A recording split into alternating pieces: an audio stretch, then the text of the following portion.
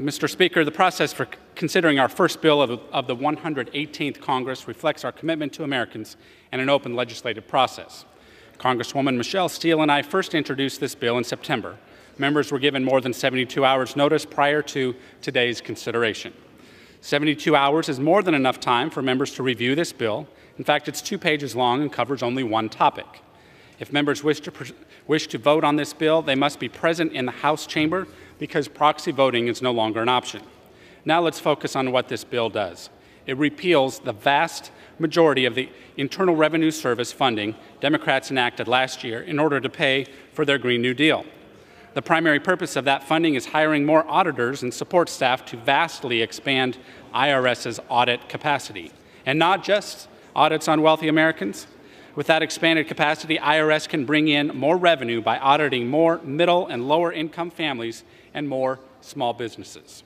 Families and small businesses are struggling under the weight of record inflation and supply chain shortages. Small businesses are struggling to find workers at any wage. The overwhelming majority of Americans, about 85%, follow the law and pay their taxes. The last thing they need is more IRS agents knocking on doors to conduct audits. Yet this IRS funding is part of the broad Biden administration strategy to tax and audit exponentially more Americans by looking into their bank accounts, requiring online payment services to report them when they split a dinner check with friends or pay their babysitter after a night out, and then target them using 87,000 new IRS employees. Americans deserve to know their government is working for them, not against them.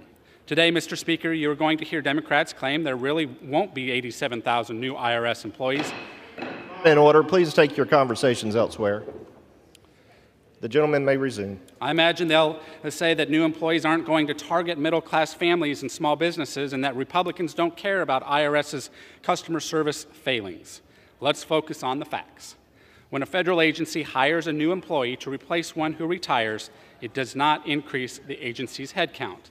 Yet the Biden administration's own documents say they are increasing headcount by 87,000 over the next decade with these funds.